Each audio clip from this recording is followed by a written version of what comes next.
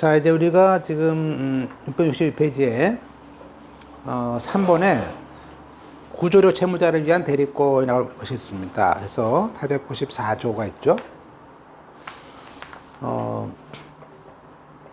그 선장은 구조료를 지급할 채무자에 가름해서 한마디로 이제 그 지급에 관한 재판상 재판의 모든 행위 권한이 있다. 그렇죠. 채무자 대신해서 선장이 다 싸워주는 거죠. 따라서 선장은 그 구조료 소송에 대한 그 선장이 이제 원고 피고가 되죠. 또 그 선장에 대한 판결은 채무자한테도 효력이 있습니다. 그죠? 그래서 일종의 제3자가 원래 하는 소송을 우리가 선장이 할 수 있죠. 그래서 제3자가 소송을 담당한다. 그래서 제3자 소송 담당자다 라는 말을 이제 소송법에서 씁니다. 그 다음에 이제 우리가 뭐 중요한 거 공동훼손이 있습니다. 공동훼손이라는 것은 이제 우리가 훼손이란 말은 손해와 비용이 있죠. 그죠? 그래서 우리가 그 손해와 비용에 들었을 때는 그거에 따른 그 처분권이 있다. 비상시에 처분권이 있습니다. 요즘에는 뭐 이 옛날에는 뭐 이렇게 폭풍과 오거나 뭐 그죠? 그리고 이렇게 했을 때 뭐 선박을 버리거나 그 안에 물건을 버려야겠죠? 너무 무거우면 안 되니까. 근데 지금은 뭐예요? 지금은 요즘에는 이슈가 해적들이 왔을 때 얼마큼 띄워주고 저게 그죠? 쇼 봐야 되고 예, 물건 다 놓고 그죠? 도망 나오고 뭐 이렇게 하는데 하여튼 그런 얘기죠. 공동훼손의 위험에 대해서 얘기인데요. 너무 잘 나오죠. 하나 나오겠죠, 신문제에서. 그러니까 이제 공동훼손의 위험은 뭐냐면 일단은 위험이 절박해야겠죠. 그래서 선박과 적화. 이제 우리가 두 가지입니다. 개념이 선박도 있지만 거기에도 물건도 화물도 있을 거 아니에요. 그래서 위험 어떤 절박한 위험에 대해요. 그죠? 하여튼 우리가 이 선장이 그러니까 위험 자체는 이제 배라는 거에다가 여기는 물건에 대한 적하와 선박이 있을 거 아니에요. 그러면 이 위에 있는 것만 있으면 이거만 벌고 있다는 거지. 그러니까 이게 둘 다 위험에 빠진 거죠, 위험에. 그래서 위험은 선박 또는 아니에요. 선박과 적하야. 이 조문 잘 보셔야 돼요. 그죠? 또는 디아또는이죠. 그러니까 앞에 위험을 수식하는 거는 뭐라고요? 선박과 적하예요. 그런 상황에서 둘 중에 하나 포기할 거 아니야. 그죠? 그래서 그걸 면하기 위해서 선장은 선박 또는 처분 다 포기하면 끝나는 거고요. 그죠? 그 위부는 그냥 다 주는 거죠? 이번엔 뭐예요? 이번에는 그걸 처분을 해야 되는데, 이 처분은 둘 중에 하나, 선박 또는이죠? 그래서 뒤에, 그 선박이나 적하의 처분으로 인해서 생길, 그죠? 손해나 비용은, 공동훼손이다. 그럼 보세요. 만약에, 여기는 적하가 이게 5억에 해당하고, 이 선박도 5억이에요.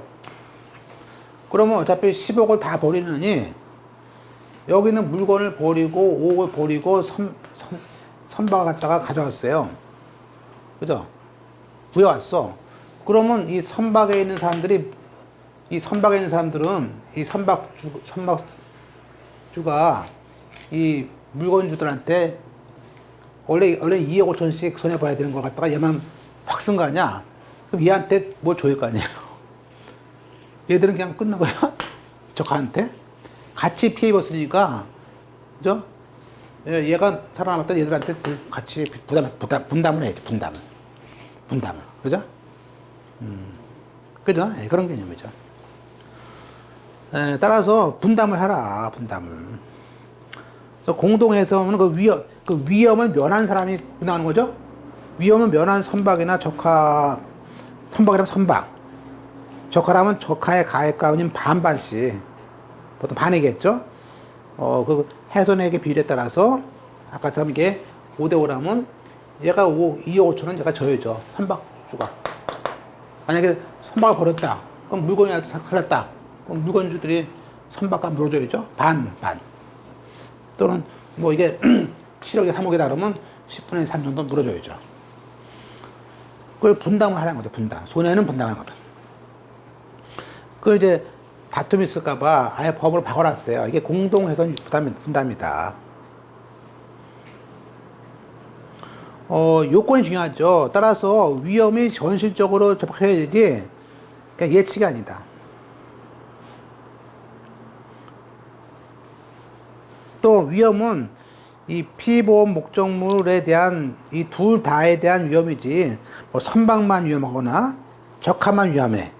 그건 훼손이 아니죠. 그러면 적하만 위험하면 그 적하 문제가 있는 거죠. 보다 합리적인 희생과 비용이 발생하면 거기에 대한 책임을 지자. 이런 얘기입니다. 자, 그러면 이번에 이제 800조입니다. 우리가 그 위법한 선적물이 있다면은, 원래 위법한, 한마디로 선장은 법령 또는 계약에 위반해서 선적된 운송물은 언제든지 이를 내릴 수 있죠. 그죠?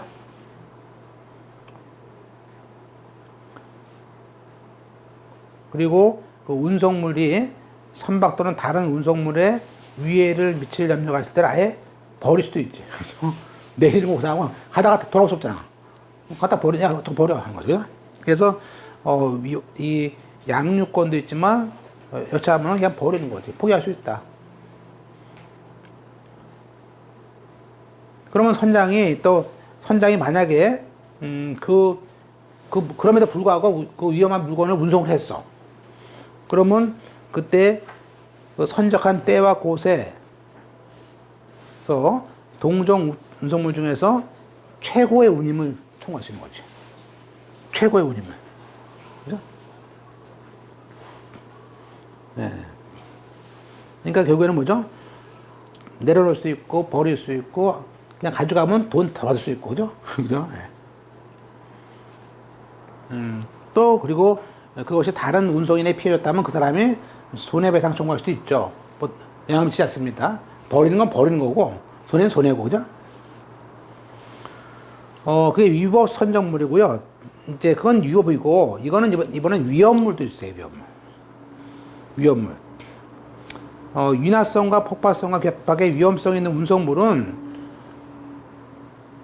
운송인이 그 성질을 알고 했어요. 물론 두문 답보세요. 운송인이 그 성질을 알고 선적한 경우에도 그 운송물이 선박이나 다른 운송물에 위해를 미칠 위험이 있다고 판단이 돼. 그러면 언제든지 이를 양육, 파괴, 무해 조치할 수 있다. 그죠? 네. 그럴 거 아니에요. 그죠? 같이 위험할 수 없으니까. 그리고 운송인은 그 운송물에서 발생한 손해에 대해서는 공동훼손을 제외하고는 배상 안 줍니다. 그죠? 네. 즉, 선장이 처분한 거에 대해서는 난 책임 없다고.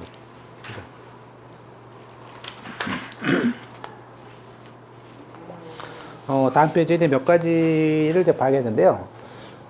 선장이 이제 항해 중에 적하를 처분합니다. 그럴 때는, 가능하면 이항계의 이익을 위해서 가장 적당한, 그래서 손해를 덜 보는 방법으로 버려야겠죠.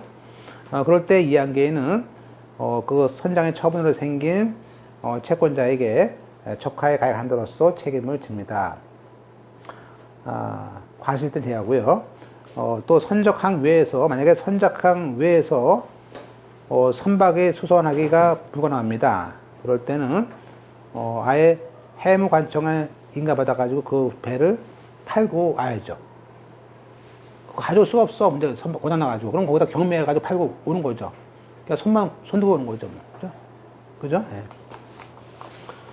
그 다음에 선장은 또 비용료가 들어가죠. 수선료, 해낭 운전료, 또 항해를 하려면 또 돈 들지 않습니까? 그러한 비용을 지급할 필요할 경우 외에는, 그렇죠. 그런 거를 하기 위해서는 돈을 빌릴 수 있습니다. 그렇지만 그런 거 외에 그냥 단순히 선박 담보 제공 차제나 처분 안 됩니다. 그죠?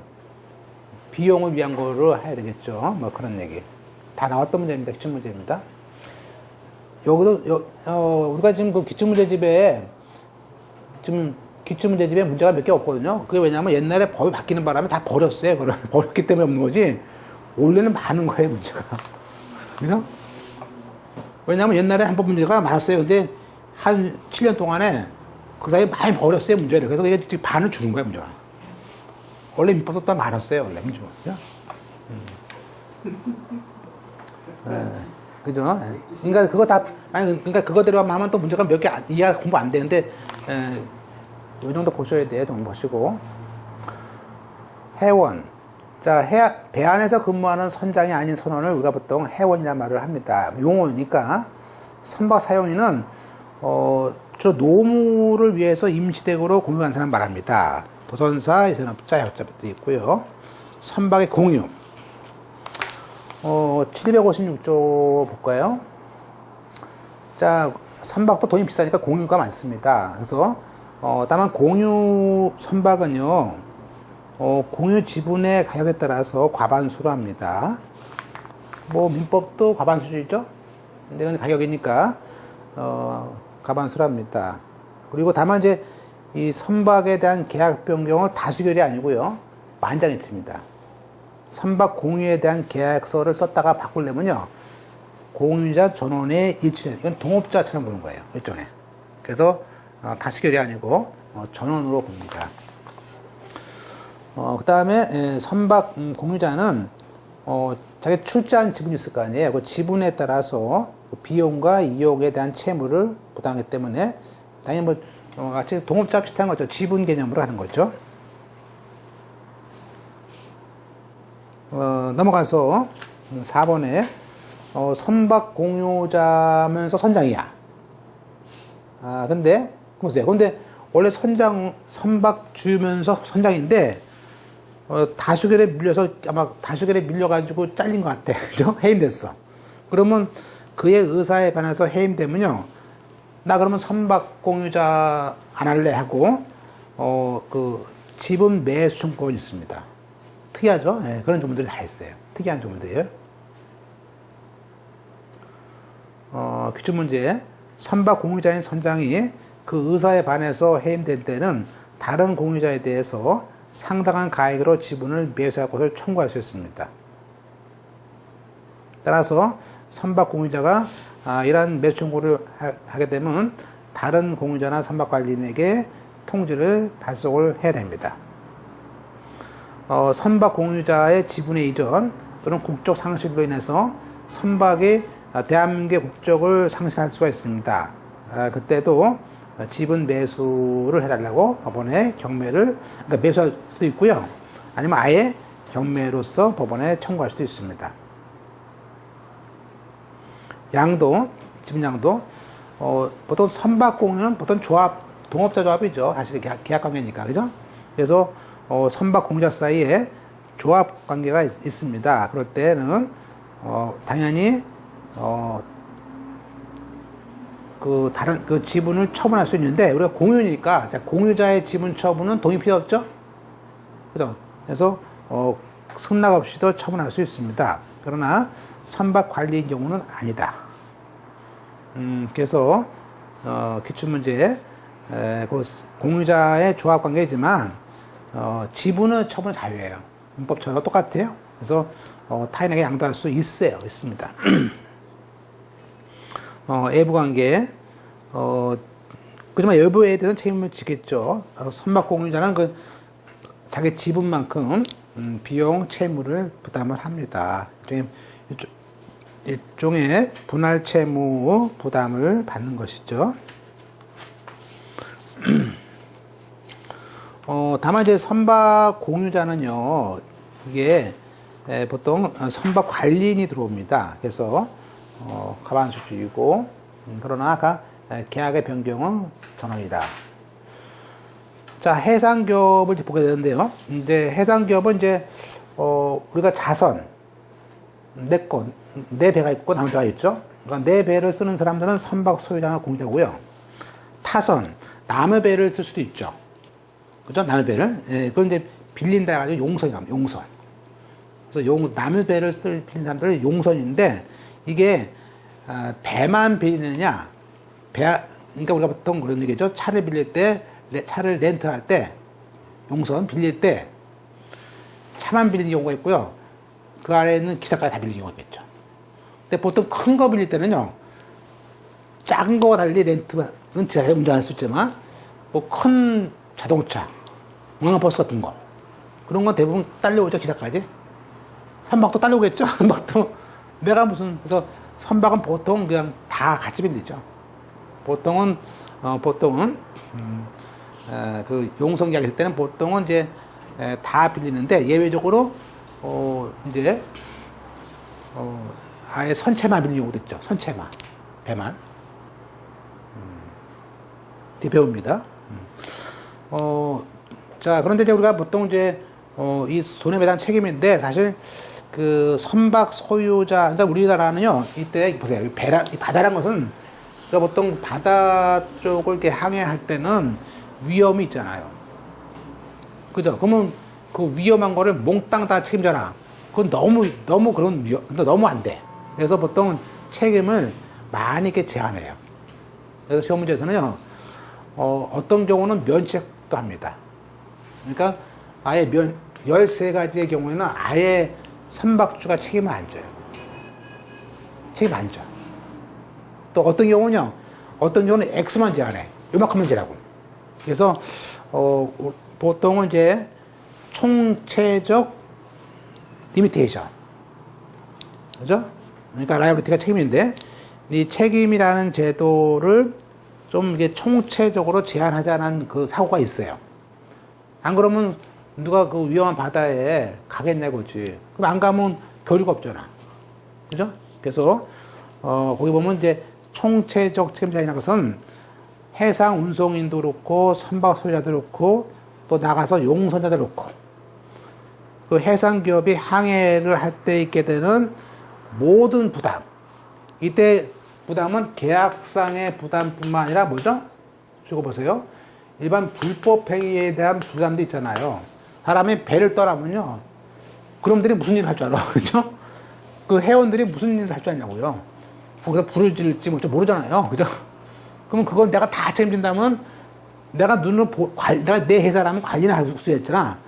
떠나간 놈들 어떻게 관리해? 그죠? 그래서 가로 안에 모든 법률상 총체로 계약상 책임과 부패 책임도 적어도 일괄적으로 일정한 한도만 책임을 짓자. 그죠? 그래서 어떤 한도를 정해놨어요. 그죠? 따라서 선박 소유자, 물론 이때 선박 소유자 등인데요. 소유자, 용선자 다 포함합니다. 이 배를 쓰는 사람의 해당 기업 주체는 선박 운행과 직접 관련돼서 발생한 채무라면 그것이 채무 불이행이든 지들끼리 싸웠든 그죠? 무팽이든 관계없이 청구 원인 묻지 않고 죽으세요. 청구 원인 묻지 않고 책임을 제한합니다. 그죠? 제한해요. 그래야만이 해상기업이 살아난다는 거지. 그죠? 그래서 그게 뭐냐가 또 중요해요. 그래서 우리가 책임 제한하는 것은 첫째는 아니 선박 소유자가 자기 배가 10억인데 10억 이상 책임져? 그럼 차라리 위부해. 그러니까 그런 얘기죠. 아무리 내가 돈이 많아도 자기가 배보다 더 많은 걸 주겠다 나는 그런 주의가 있죠. 그리고 선박 소유자의 책임은 물건만 책임지자 이렇게 하는 사람도 있고요. 근데 보통은 이제 라번. 보통 대부분 나라는요 금액주입니다. 금액주의. 그래서 그 선박의 크기에 따라서 톤수 몇 톤의 경우에는 얼마나 책임진다. 이렇게 톤수에 따라서 크기에 따라서 책임을 아예 만들어놨어요. 그래서 얼마큼 진다는 게 나타났습니다. 그래서 어떤 사고에 대해서는 얼마큼 진다는 걸 하는 보통 이제 통상은 이제 거기 금액 금액 책임주의가 이제 우리가 얘기하는 실무입니다. 외우지 마세요. 자, 그러면 책임 제한은 누구나 질 수 있는 것은 아니고요. 주체가 따로 있고요. 또 책임 제한되는 채권이 있어요. 그래서 그 두 가지, 세 가지 정도 아셔야 되는데, 뭐, 볼까요? 자, 먼저 책임 제한이 된 사람들은 해상기업 주체입니다. 그래서 보시면, 먼저 774조 다음 같은 사람들은 책임을 좀 제한하자 그런 얘기예요. 그죠? 그래서 그 1항 보세요. 774에 지금 그 다음 같은 경우에는 즉 선박 소유자와 똑같이 그러니까 옛날에는요 선박 소유자만 제한하고 나머지는 제한 안 했거든요.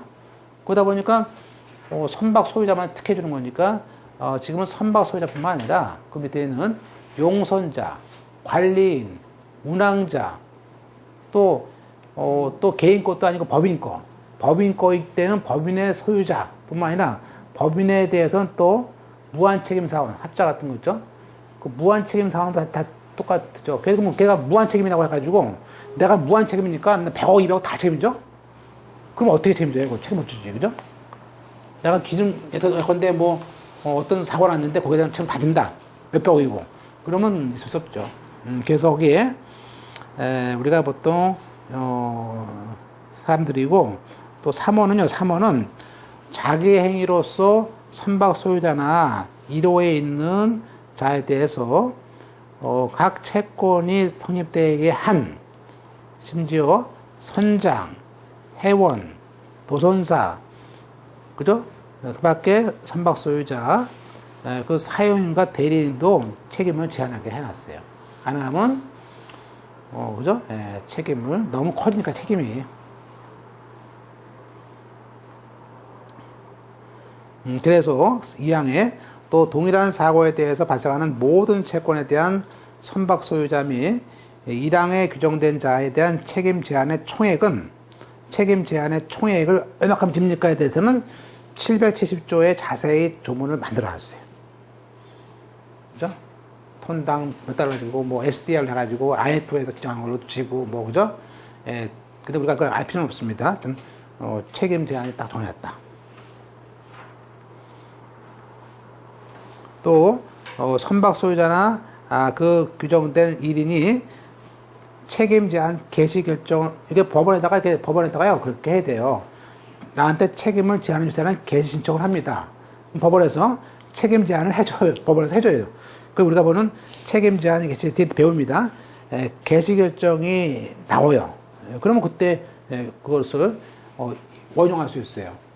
소유자도 제한받는데 나도 해달라 이렇게 원용할 수 있습니다. 자, 그러면 우리가 시험 문제에서 책임 제한이 되는 사람을 물어봅니다. 그래서 거기 밑에 선박 소유자, 용선자, 관리인, 운항자, 무한책임사원, 그 밖에 사용인, 그 밖에 구조자. 그래서 제가 옛날에 외웠었어요. 한번 제가 어떻게 이게 그때 제가 외울 때 그 언더라인 나오죠. 언더라인 보시죠? 화살표 친 거. 그래서 소용관은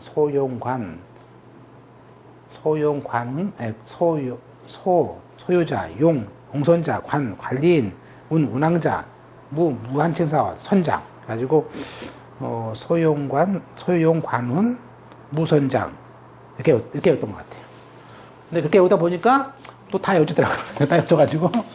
그죠? 됐죠? 이렇게 하는 거예요. 이게 2차 때도요, 이거 맞습니다. 이거 2차도 아무것도 아니야. 2차는 진짜 다 외워. 써야 되니까. 그래서, 됐죠? 자, 볼까요? 그 맨 밑에, 그 선박 소유자, 용선자 등 대표적이고, 구조자도 된다. 그렇죠? 그래서, 기출문제, 선박 소유자 아닌 게 아니고, 용선자, 관리인, 운항자 다 책임을 제한합니다. 제한해요. 안 그러면 뭐 너무 위험하지 않습니까? 자, 기출문제, 10년도 거, 상법상 선박 소유자의 책임이 아니다. 우차는 거. 1항. 소유자뿐만 아니라 용선자, 선장, 회원에 대해서도 책임의 제한이 인정됩니다. 그죠? 2번, 선박 소유자가 한 명 합자일 때, 그렇죠? 무한 책임이라고 무조건 돼요? 무한 책임이니까 다 무한돼요? 그게 아니고 무한 책임 사원도 책임을 제한해요. 맞죠? 답이 2번이죠? 그 다음에 세 번째, 그렇죠. 청구 원인 따지지 않습니다. 잘 보세요. 청구 원인 따지지 않고 선박에서 선박 운항에 직접 관련된 경우라면 사람과 선박과 물건에 대해서 그러니까 두 가지예요. 사람, 물건인데요. 대한 손해에 대해서 책임 제한이 있습니다. 뒤에 배웁니다. 뒤에 배워요. 그 다음에 4번. 그러나 책임 제한이 있는 채권이라도 선박 소유자가 고의로 했다. 또 손해발생 염려가 있는 마치 미필적 고의 같은 거죠. 손해 발생이 있다는 걸 뻔히 알면서 무모하게 몰아붙인 거. 그런 자기 부작위에 대해서는 책임 제한이 안 되겠죠. 그건 인정 안 되지. 책임 제한이라는 것은 지가 고의로 막 그죠 하거나 그 무모한 자기 부작위로 했을 때는 책임져야죠. 그건 책임져야 됩니다. 그죠? 또 5번에 선장, 회원, 그 밖에 사용인에 대해서 업무에 그 직무가 업무에 관련된 자, 또 그 상속인 이야기인 선박 소유자에 대한 채권에 대해서는 보세요. 이유가 이 업무에 관련자 또는 그 상속인이 즉 한마디로 선장이 소유자에 대한 갖는 채권이 있을 수 있잖아요. 이거는 책임이 제한이 안 돼요. 선장이 소유자한테 가져. 이건 아니죠. 이건 아니에요. 저 그때 선장이 누구요? 그 선박 소유자에 갖는 채권은 아니죠. 그건 다르지. 그건 달라 그래야지. 그런 채권이 아니에요. 그래서 그 끝에 선박 소유자에 대한 채권 쭉 주시고 그건 아니에요. 그건 채권을 받아야지. 자, 그럼 어떤 채권이 도대체 책임 제한이 있느냐 해가지고 책임 제한 채권이 있고요. 책임이 안 지는 채권도 있고 책임 제한이 되는 채권도 있고 그렇습니다. 또 책임을 져야 되는 채권도 있고. 그래서 우리가 보통 책임 제한 채권은 769조에 조문에 있어요. 조문 제목이 이렇게 유한 책임이죠. 그래서 선박은 유한 책임입니다. 좀 어렵죠? 공부할 때. 이게 보험법 끝나니까 좀 싶어졌는데. 그죠? 이거 만만치 않구나. 그죠? 그래서, 많이 물어봅니다. 몇 개 나와요? 물어보는데, 그렇게 물어보는 게 아니고, 어떤 게 나와요? 라고 물어봐야 돼요. 항상 시험은. 몇 개 나와요? 뭐 물어봐. 그러면 다 빼지. 하나 빼면 남는 거 뭐 있어? 원래 하나하나가 모여서 큰 거 되는 거예요. 그죠? 우리가 법무사 개업하더라도 큰 것만 생각하는 사람들은 법무사 돈 못 뽑는다. 보시면 돼요. 작은 게 모여서 된 것처럼 똑같잖아요. 그죠? 자, 769조에 보면요. 거기 선박 소유자의 책임, 제한이 아니고, 뭐죠? 유한 책임이라고 되어 있습니다. 근데 이때 소유자 속에는 뭐라고요? 아까 용선자, 관리인 다 들어가요. 그죠? 네. 여기에 1호부터 4호까지가 있습니다. 그러니까 4개니까 애월겠죠? 분위기가? 애월겠죠? 그래서 볼까요? 한마디로 책임 제한 고약사유인데 고의는 뺍니다. 그죠? 아까 고의나 무과실은 무작위, 무모한 거 뺍니다. 볼까요? 선박 소유자의 유한 책임은 다음 같은 4가지가 있습니다. 보겠습니다. 한번. A 플러스 쳐놓으시고, 자, 769조입니다. 자, 선박 소유자는 청구 원인. 아까 우리가 총체적 책임이었습니다. 총체적. 그래서 따라서 이게 계약이든, 불법행위든 관계없습니다. 그래서 거기 조문에 청구 원인 관계없이라는 것은 뭐냐면, 거기서 계약서에 쓴 거든, 또는, 어떤 불법 행위든 관계없다는 뜻이에요. 그죠? 다음에 있는 4가지 채권에 대해서는 770조에 정한 그 금액만큼만 책임을 져야 가요. 그 이상은 안 줘. 그죠? 그러나 예외로 선박 소유자의 고의나 무모한 행위, 손해발생 염려가 있을 말고 무모한 자기부자기는 아니죠. 그건 예외죠. 그러니까 우리가 원칙적으로 네 가지에 대해서는 책임 제한이 있지만 그렇더라도 선박 소유자가 고의로 했다든지 손해 염려를 무모하게 했다. 그거는 책임 제한이 아니고 책임을 져야 됩니다. 예외죠. 예외입니다. 그죠? 그래서 그 조문이 단서에 있어요. 그래서 약간 이 조문이 까다로워요. 그래서 우리가 조문을 보고 써야지 말씀드립니다. 예. 좋아. 그러면 이게 단서란 것은 책임 제한권이 상실되는 규정이 있구나. 아셨어요? 그럼 네 개가 뭐야? 궁금하지? 그래서 자 1번은 선박의 운항에 직접 관련된 사람의 사망, 신체 상해, 선박 위의 물건, 멸실, 훼손에 의한 생긴 손해예요. 한마디로 손해는 자 보세요. 운항과 관련된 직접적인 손해만 지는 거예요. 그죠? 그것도 이 안에 그죠? 사람에 대한 손해가 있고 당연히 물건이 있겠죠. 그죠?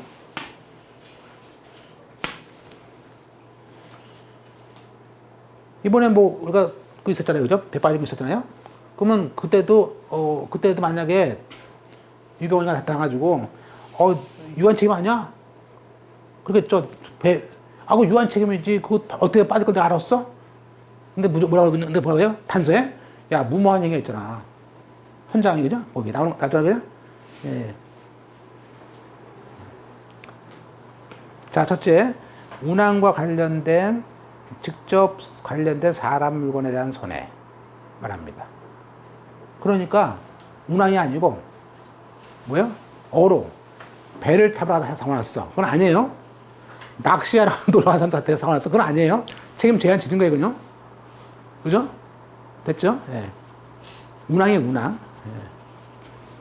첫 번째가 뭐고요? 첫 번째가 그밖에 없었죠. 이제 거의 우리가 운항과 관련된 상황. 물건, 사람 또는 물건. 제한이 있다. 두 번째는요. 운송물과 여객과 지연. 이게 제일 많죠 또. 운송물, 여객, 수화물, 운송이 지연되면 썩어. 음식이. 그죠? 또 사람이 늦게 가. 그죠? 예, 든 손해. 지연 손해.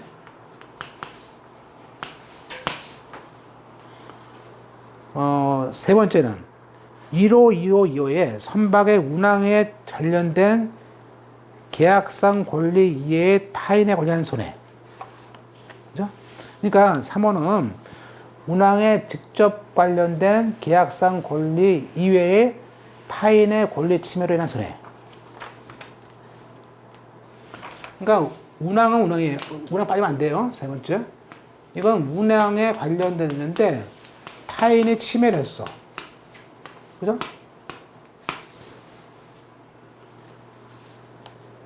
그 다음에 4호. 또 이게 운항, 지연, 운항인데 이거를 방지하기 위해서 나름대로 그 손해를 방지나 경감하기 위해서 조치를 취하기 위해서 또 그 결과 때문에 생긴 그 채권. 그죠? 방어. 그래서 제가 애울 때는 옛날에 그걸 네 가지를 외웠어요. 이렇게 너무 기니까 이렇게 운지운방 해가지고 이렇게 외웠어요. 외우면 다 맞출 수 있습니다. 이건 주는 문제예요. 이거 어떻게 여기까지입니다. 그죠? 운항 관련된 거, 지연, 운항, 타인, 그죠? 방어. 그래서 제가 써놨죠? 두 문자 써놨습니다. 669페이지 맨 오른 넘어가서 앞에 제가 써놨어요. 운지운방이라고 써놨죠? 보이세요? 운지운방 669페이지입니다. 맨 밑에 그거 앞으로 가서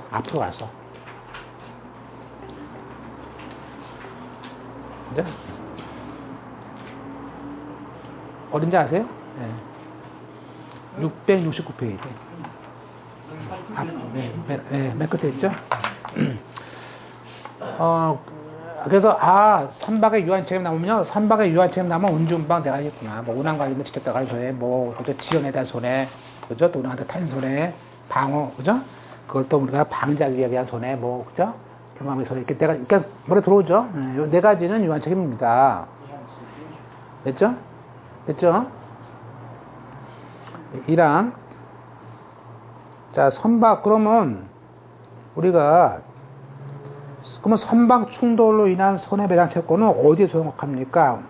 그것은 선박의 운항에 관련된, 직접 관리, 이게 지금 아마 조문이 바뀌었어요. 749조가 6조가 옛날에 지금 769조예요. 그 선박 운항에 직접 관련된 선박 위의 물건의 멸실훼손으로 생긴 채권이다. 그것은 불법행위다. 그렇지만 그 책임을 제한할 수 있게 해놨다. 그래요? 그러니까 우리가 여기 운항과 관련된 속에는 뭐라고요? 선박의 충돌도 해당된다. 그래요. 충돌도. 선박의 충돌 하잖아요. 근데 충돌이 보세요. 자, 선박의 충돌은 뭐예요? 계약이에요? 아니지. 이것도 불법행위잖아요. 그죠? 그래서 그런 경우도 책임을 제한한다고 해요. 따라서 그래서 그러면 이제 그 책임을 얼마큼 집니까에 대해서는 책임 제한 한도액을 우리가 770조에 정해놨습니다. 근데 이거 공부 안 합니다. 우리는 왜냐하면 이거는 전문성도 있고 거기 뭐 나오죠. 거기 뭐 이게 IMF 국제통화기금에 SDR 해가지고 그 금액을 한대요. 근데 이거 얼마인가는 공부할 필요 없습니다. 그죠? 자, 넘어가서 다음 페이지. 그런데 이제 예외가 있어요. 그런데 다음 같은 5가지는요, 책임을 배제해. 다음 같은 거는 나쁜 놈들이야. 이런 거는 이런 좀 있으면, 이런 거 있으면 안 돼. 제일 잘 나옵니다. 책임이 지는 거. 그래서, 제일 많은 게 뭘까요? 그러니까, 우리가 신문에 많이 보는 거, 신문에 많이 보는 게 뭐예요? 원유 흘린 거. 그죠? 서해안 때 옛날에 서해안에서 기름 흘려가지고 다 국민들이 가서 했잖아요. 그 책임 집니까, 아닙니까? 다 적음. 그죠? 네, 그래서 거기, 다음 같은 경우에는 그 773조에 책임을 제한하면 안 돼요. 책임을 다 져. 그죠? 주로 유명한 게 3번이죠. 유료오염. 그죠? 유료오염에 대해서는요, 이거는, 국제적으로, 우리나라도 마찬가지고, 유료오염 사고에 대해서는 몽땅 책임지는 거야. 그건. 5개인데, 먼저 1번. 선장과 회원이, 아까 봤었죠? 선장이나 회원 사용인이, 누구한테? 저 끝에 선박 소유자한테 갖는 거. 이건 아니었죠? 선박 소유자한테 갖는 그 채권들은 아니죠. 그죠? 그래서, 거기 있는 요 선장의 소유자하고 선장의, 그죠? 회원들, 사용인들이 갖고 있는 이런 채권들은, 이거는 책임 다 져야 됩니다. 그죠? 이거 그 유명한 해양사고 구조. 해양사고 구조였습니다. 해양사고 구조한 채권을 떼먹는다? 그러면 내가 일을 안 하고 구조했어. 근데 그 돈을 떼먹겠대. 그럼 누가 구조해? 소문났어. 보니까. 그러면 내가 구조해보니까 돈 많이 주더라. 그러면 열심히 할 거 아니에요. 사람이. 그죠? 그래서 이렇게 해양사고 구조라든지 아까 공동훼손 분담 채권은 이거는 떼먹으면 안 돼요. 내가 그 배를 살리기 위해서 물건 다 버렸어. 그러면 그거 보상해줘야지. 그럼 누가 버려? 다 버리고요. 그죠? 그리고 유명한 3번에 아까 유료오염. 이건 뭐 알 수 있잖아요. 분위기가. 그리고 4번은 침몰인데 보세요. 침몰은 이거는 뭐냐면 침몰하거나 난파되거나 좌초가 되거나 유기되거나 이렇게 해양사고를 당한 선박과 선박 안에 있던 물건들 있잖아요. 이거를 건질 거 아니에요. 어떤 건지고 버릴 거 아니에요. 인양하고 버리고. 이런 거에 대한 한마디로 난파물 완전히 망가져가지고 여기저기 난파물 돌아다닐 거 아니에요. 그 난파물을 갖다가 제거하는데 돈 들죠? 우리가 배가 깨지면은 그 주위에 어선들이 막, 그죠? 일주일이고 한 달이고 찾잖아요. 그 비용 받아야죠. 그 비용 안 주면요. 그 비용 안 주면 나중에 찾겠어요? 안 한다, 그게 안 하지, 차라리. 그래서 침몰에 대한 난파물 제거 채권은 끝으로 원자력은 알 수 있겠죠? 원자력에 따른, 그죠? 네, 원자력 누가 여기다가 다 나오는 거. 네, 책임져야죠. 그래서, 우리가, 이것도 뭐 암기를 했어요. 제가 그때 제일 중요한 게 원자력이니까 잘 나와요, 원자력이. 그래서 원유, 침구 공사 해가지고 원자력, 그죠? 유류사고, 침몰, 구조, 공동해선, 사용인에 대한 채권. 사용인. 그래가지고, 예.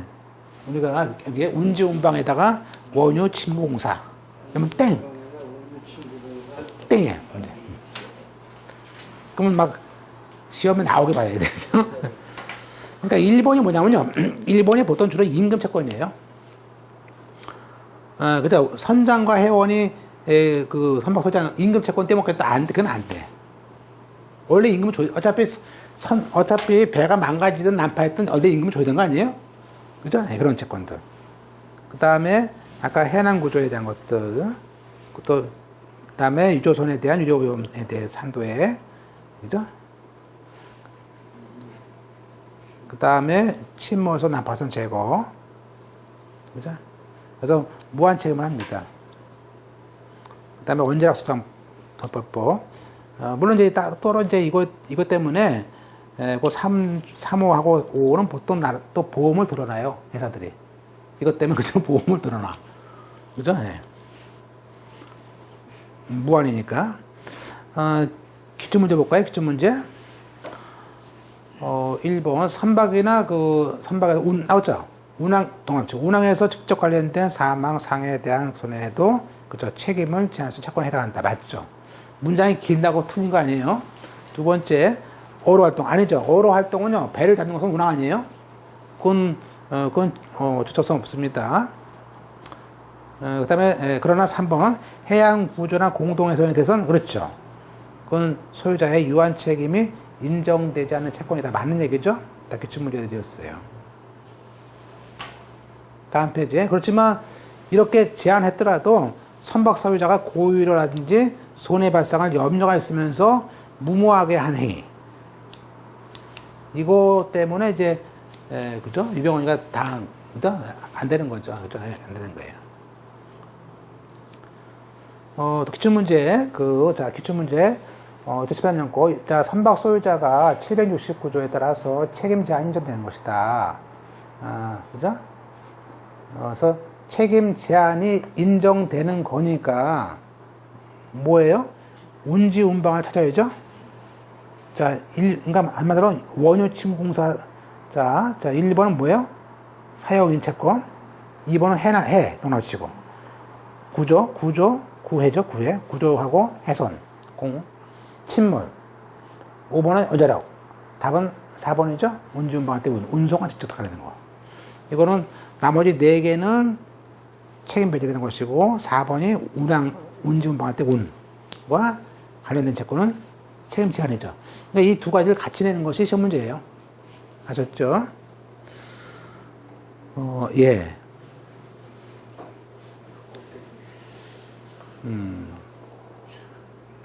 아셨죠? 예, 그래서 많죠. 넘어가서 보겠습니다. 다음 페이지에. 선박 소유자의 책임 제한을 받고 싶을 때는 776조로 갑니다. 그래서 이 책임 제한을 하고자 하는 자는 채권자한테 막 들어올 거 아니야, 압류가? 채권자로부터 책임 한도액을 초과하는 금액을 명시한 서면에 대한 청구를 받은 날부터 1년 안에, 짧습니다. 1년 안에 법원에 책임 제한해 주세요라는 책임 제한 절차 개시 신청을 해야 돼요. 그래 이제 압류가 또 아예, 그죠? 뺄 수 있을 거 아니에요. 별도의 책임 제한 개시 신청이 있다. 조문에 있습니다. 그래서 밑에 상법상 그 소유자들의 책임 제한은 반드시 책임 제한 법률에 의해서 책임 제한이란 절차 개시 신청에 의해만 합니다. 한 특색이 있습니다. 따라서 선박 소유자 등 해상 기업 주체나 해난 구조자라든지 책임 보험자들이 책임 제한, 즉 총체적 책임 제한의 규정을 받고 싶으면 책임 한도액을 써서 법원에 내라 이거예요. 그럼 법원에서 심사해가지고 그것만 책임을 해주겠다 그렇지. 그죠? 그래서 우리가 기출문제는 어떤 거죠? 기출문제 선박 소유자의 책임을 제한하고자 하는 자는 채권자한테 초과 금액에 대한 청구하는 서면 한마디로 소장이 날라오면 그때 1년 안에 법원에 책임 제한 절차 신청해라. 이런 조문이 처음 봤다 그러면 안 돼요. 다 있는 겁니다, 조문이. 네. 자, 이제 한 5분만 더 보고, 이제 우리가 이제 해상에 대한 계약이 있는데요. 두 가지죠. 물건을 이제 운송하는 계약이 있고요. 물건 운송 계약은 하다 보면 이제 또 배를 빌린 계약도 있죠. 그래서 우리가 보통 이제 개품, 우리가 개품이라고 해가지고 하나하나 물건마다 계약을 하는 경우죠. 개품이라는 것은 그런 뜻이에요. 그죠? 그래서 개품 운송 계약이 있고요. 그죠? 또 뭐가 있냐면 그 용서 계약이라는 것이 있어요. 배를 빌리는 계약이죠. 그죠? 그러니까 이제 개품은 뭐냐면 개품이라는 것은 이제 우리가 이미 부산, 인천에 있어요, 배가. 그러면 화물을 가져가서 내 K라는 사람이 K1이 이제 화물 가져가서 배가 몇 시 떠나, 10시 떠난 차 11시 이렇게 있을 거 아니에요? 갔다가 가져가서 갖다 맡기는 운송 계약이야. 그죠? 근데 용서는 그게 아니고 인천에 있어, 배가. 인천에 있는데 지금 부산에 세멘트가 있어. 그죠? 5만 톤이. 그러면 그 배가 가는 거야, 그래도 실러. 배가 가는 거예요. 배를 빌려가지고 가는 거지. 그거 싫어. 물건은 거기 있고요, 배가 가. 그래서 보면 맨 밑에 보세요. 맨 밑에 보시면 각주에 용선계약은 그 선박에 있는 선박이 물건이 있는 곳으로 가. 개품은 물건이 선박으로 가. 그래서 마치 관광버스가 가는 거야, 뭐예요? 관광버스는 뭐예요? 사람이 거기 있잖아요. 관광버스가 와. 그 용선계약이고, 고속버스는요? 고속버스는 내가 가야 돼, 물건. 이렇게. 그래서 물건이 이렇게 걸렸다 달라지는데 하여튼 그렇게 해야 됩니다. 이게 처음엔 이게 왜냐하면 이게 또 이게 이해가 또 안 되면 금방 까먹어요 또. 그래서 말씀드린 건데요. 먼저 개품만 잠깐 보고 좀 한 5분만 더 보고 내일 또 보죠. 왜냐하면 이제 우리가 지금 이쪽도 내용이 많습니다. 꽤 돼요. 그리고 이거를 그냥 또 쫙 그냥 좋은만 읽으면요 무슨 말인지 하나도 몰라요. 네, 그죠? 왜냐면 맞춰야 되니까 우리가 시험을. 그러니까 항상 이제 지금 이제 거의 이제 우리가 시험 공부를 쭉 해왔는데 항상 공부하실 때는 내가 그냥 아예 이거 안 나오지라고 보는 거 하고요. 어떤 게 나오지라고 보는 거 하고는 점차 공부가 방법이 달라요. 마음가짐이. 그래서 어떻게 나올까? 야, 하나 건지자 여기서. 왜냐면 어차피 공부는 비슷하니까 여기서 차별화해야지 않겠습니까? 먼저 791페이지 개품. 물건이죠. 개개 물건이라는 뜻이겠죠. 개품 운송계약은 운송인이 개개 물건을 이미 해상에 선박에 있어요. 그래서 거기다가 운송할 것을 우리가 인수하고 송화인은 이제 뭐죠? 송화인 갔겠죠. 가가지고 운임을 주는 거죠. 이거 날라줘 하고 계약이니까 약정하면 됩니다. 상법상 이제 운송인의 의무에 대해서 책임을 경감 면제하는 경감 면제 규정에 의해서 상법이 굉장히 상법은요 운송인의 책임을 그래도 나름대로 보호하거든요. 근데 그거보다 더 다운시키게 하는 것은 안 돼요. 그죠? 그 다음에 운송물에 대한 보험의 이익을 주는 거 그런 거 안 됩니다. 그죠? 보험을 운송인에 주는 약정은 안 됩니다. 또 별도의 가판적은 위에만 있는 거 아니에요? 주로 세멘트 같은 거는 가판적에다 넣지 뭐하러 바닥에 넣겠어. 편하기 어렵게 바깥에 넣겠죠? 처분 같은 거 바깥에 있는 거 그냥. 그래서 우리가 가판적 그 맨 위에 보통은 이제 이렇게 보통 이렇게 그죠? 만들어서 놓겠지만 이제 보통 배 위에다 그냥 여기다가 보통 철근이라든지 뭐예요?